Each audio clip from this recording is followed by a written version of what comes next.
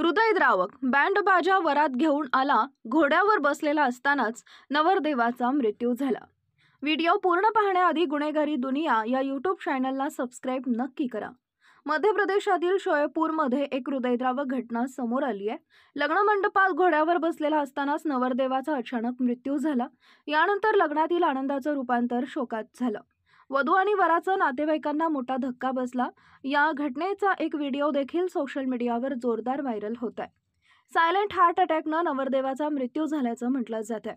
मध्य प्रदेशातील शोएपूर शहरातील पाली रोडवरील जाट हॉस्टेलमध्ये आयोजित करण्यात आलेल्या लग्न समारंभात गेल्या शुक्रवारी रात्री ही दुःखद घटना घडली।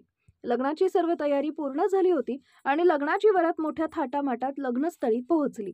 नवरदेव प्रदीप जाट घोड्यावर स्वार होऊन आनंदाने स्टेजकडे जात होता। याच दरम्यान त्याची तब्येत अचानक बिघडली।